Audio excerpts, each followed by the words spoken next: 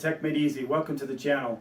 And this is another support video for my 1440p gaming at 60 frames per second or higher in high or ultra high mode for $530. The way we accomplished this was one of the things we did was use the 1070 Ti for that system. There's a link down below if you want to watch that one. There's also a link down below on how to install the driver.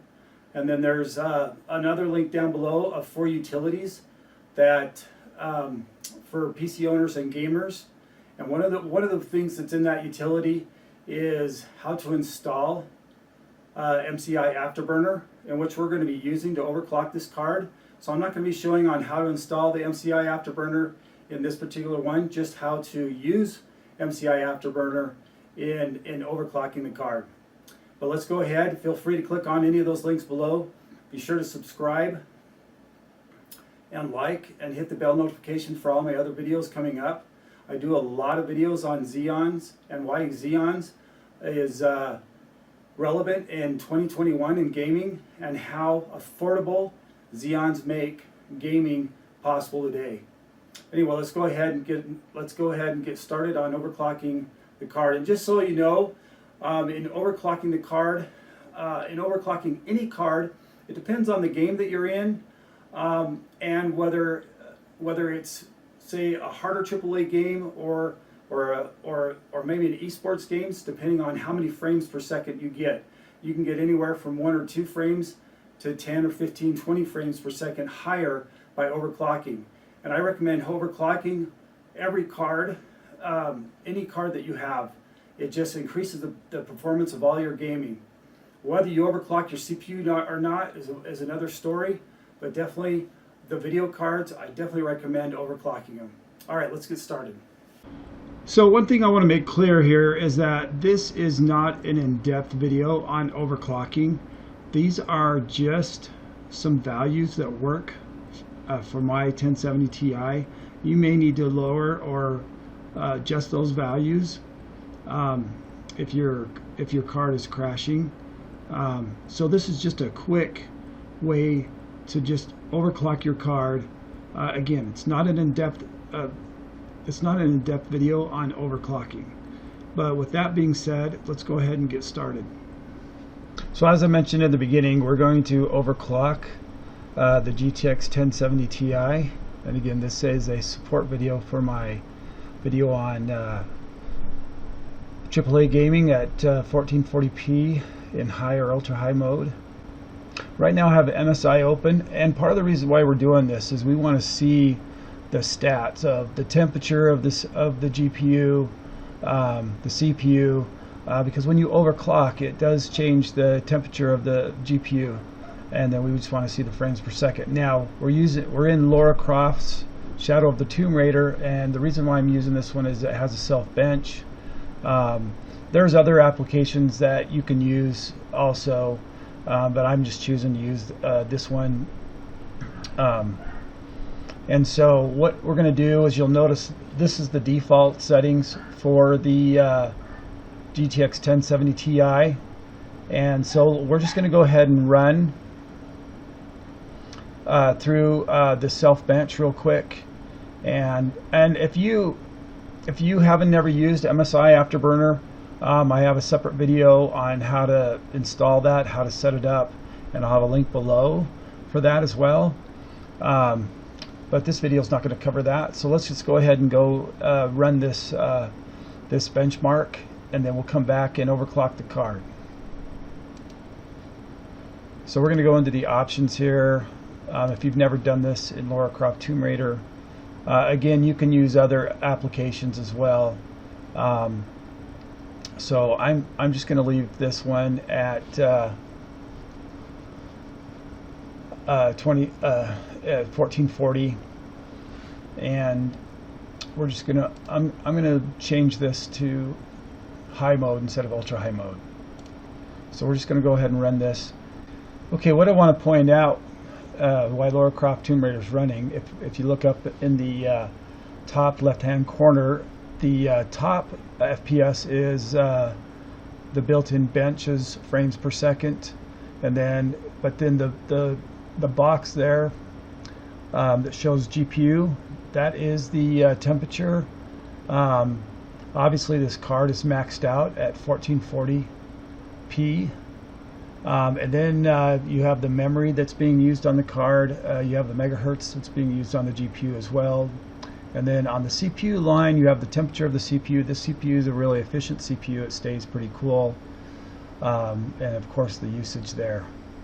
And then how much RAM is being used. Again, frames per second. So I'm not going to play this all the way through. We're just going to go to the end to see what our final frames per second is.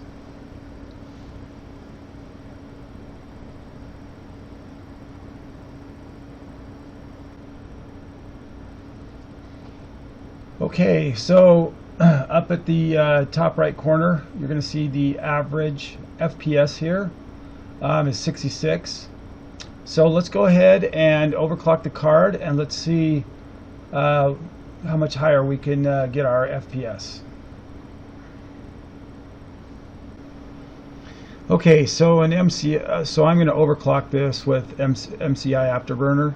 And the first thing I'm going to do here is I'm going to go ahead and put the power meter or power limiter all the way up. And this value is different for every card that you use. But then I'm going to put my clock memory here. And you can play around with this. Some cards, depending on the dies, the memory, you can go a little higher, a little lower. You may have to go a little lower. Just because they don't always use the exact same memory, or one memory batch is better than the other. But this should, and then there's some cards that are made, the manufacturers made them to be more overclockable. So I'm going to put 180 here, and all you have to do is just click in here with your mouse, hit the enter. You can use the slider here on the side. It's just harder if you're trying to get an exact number to do that. So you just double click with the mouse, and then when you got your value in, you just hit enter. So one of the things that you can do here is once you create this, you can go ahead and save this as a preset. So I can go over here, and if I can go ahead and hit save and choose which preset I want to use. And so, but that's all there is to overclocking the card. You can adjust fan speeds, but I have found that the card stays pretty cool, so I don't usually adjust this. It'll make your system louder. But if I wanted to, I could run this card a little cooler by putting in by upping the fan speed. So what we're going to do here in order to keep this, we're just going to hit the check mark here, and you can hit this here, and that'll make it so that this starts up. So every time you reboot your computer, it'll start up and your card will be overclocked. You won't have to go into MSI every time. So let's go ahead and run this benchmark again in Lara Croft Shadow of the Tomb Raider, and let's see what we get as far as our bump in frames per second.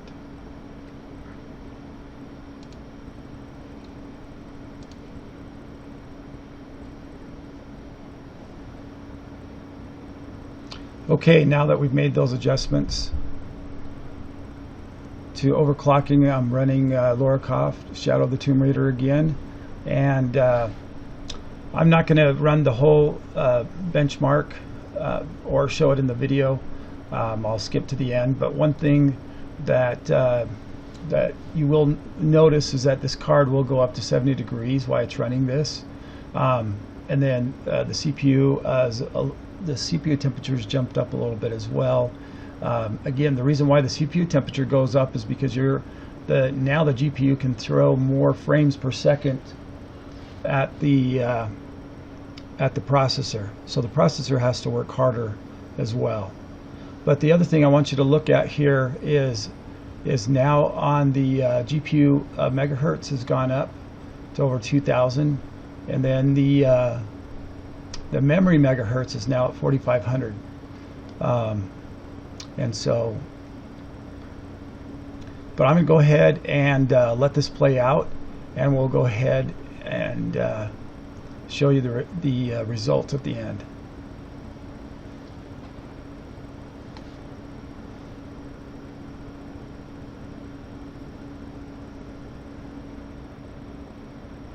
Okay, now that the self bench has finished running, you'll see up here in the upper right hand corner we're at 74 frames per second. That is huge. We went from 66 to 74 just by overclocking the card. So that's basically all there is to overclocking the 1080 Ti or the 1070 Ti. Now, if a game crashes, one of the things I should have mentioned, if a game crashes after you overclock, that just means that your settings are too high, and so you may have to play with these a little bit.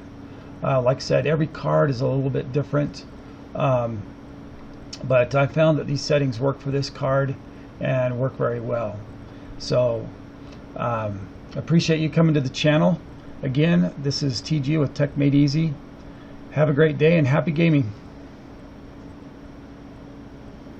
Now that was easy.